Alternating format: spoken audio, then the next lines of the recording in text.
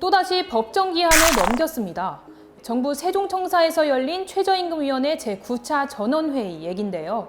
노동계에서는 12,210원을, 경영계에서는 9,620원 동결을 주장하며 팽팽히 맞서다 결국 법정 기한 마지막 날인 이날까지 이견을 좁히지 못하고 마무리됐습니다.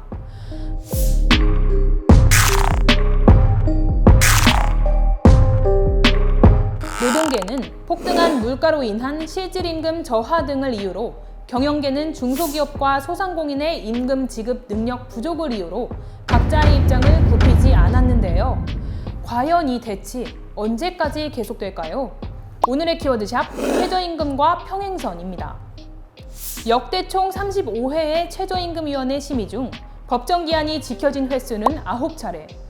노동계와 경영계가 최저임금 인상 수준을 놓고 항상 격렬하게 부딪혔기 때문인데요. 가장 최근 법정 기한이 지켜진 사례는 작년인 2022년, 2014년 이후 8년 만의 일이었습니다. 하지만 당시에도 노사의 원만한 합의가 아닌 공익위원 측의 강행처리였는데요. 노사 합의로 최저임금이 결정된 경우는 단 7차례에 불과합니다. 물론 피고용인 입장에서는 조금이라도 더 받고 싶고, 고용인 입장에서는 조금이라도 더 아끼고 싶은 게 당연하다 보니 절충안을 찾기란 쉽지 않죠. 그렇다면 지금까지 노사 합의 없는 최저임금은 어떻게 결정될 수 있었을까요? 여기서 핵심은 바로 공익위원인데요. 최저임금위원회는 근로자위원, 사용자위원, 공익위원 각 9명씩 총 27명으로 구성됩니다. 노사 양측은 공익위원을 위촉할 때마다 기싸움이 대단한데요. 이는 노사 양측이 극한 대치할 때 공익위원이 사실상 최저임금을 결정하는 역할을 하기 때문에 한 명이라도 자기 쪽에 유리한 인물을 위촉하려는 거죠. 최저임금법에는 근로자의 생계비, 유사근로자의 임금, 노동 생산성과 소득 분배율 등을 고려해 최저임금을 정해야 한다고 규정돼 있습니다. 하지만 실상은 어떨까요?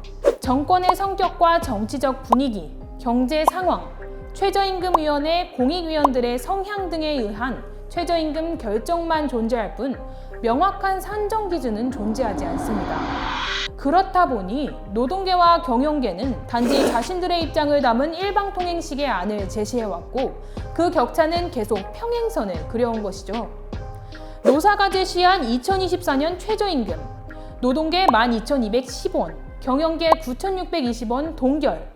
과연 현실성이 있을까요? 먼저 노동계가 주장하는 12,210원은 올해보다 26.9%가 높은 금액입니다.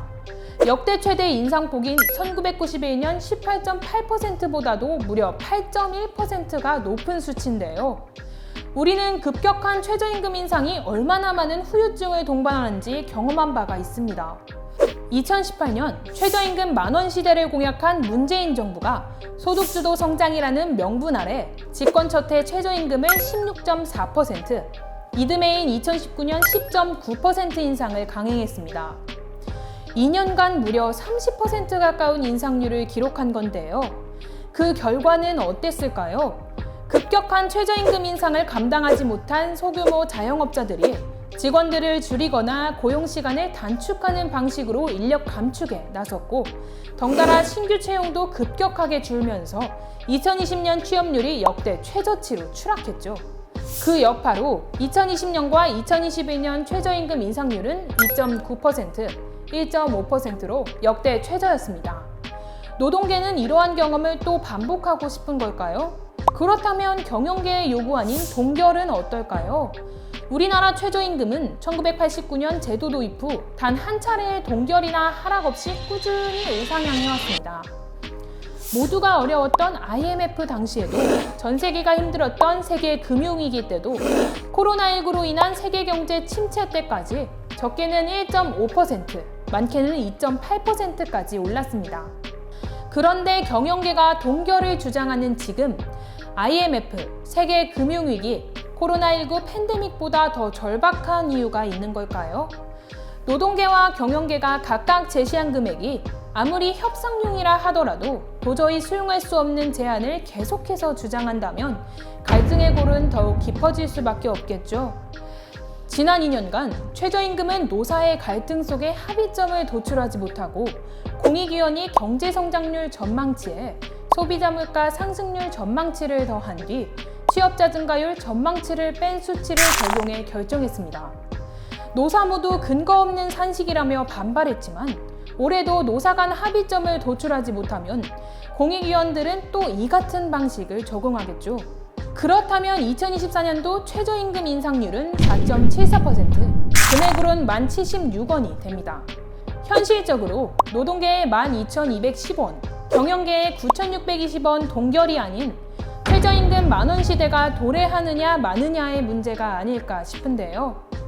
이제는 노동계와 경영계 모두 자신들만의 주장을 고집하는 것이 아닌 현실적인 타협점을 찾아야 하지 않을까요?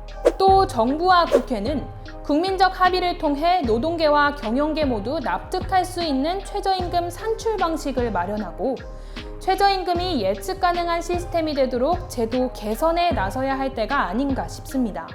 그렇지 않으면 내년에도 그리고 내후년에도 최저임금을 둘러싼 노사의 갈등과 주먹구구식 정권 눈치 보기는 계속될 수밖에 없을 테니까요. 오늘의 키워드샷, 최저임금과 평행선이었습니다.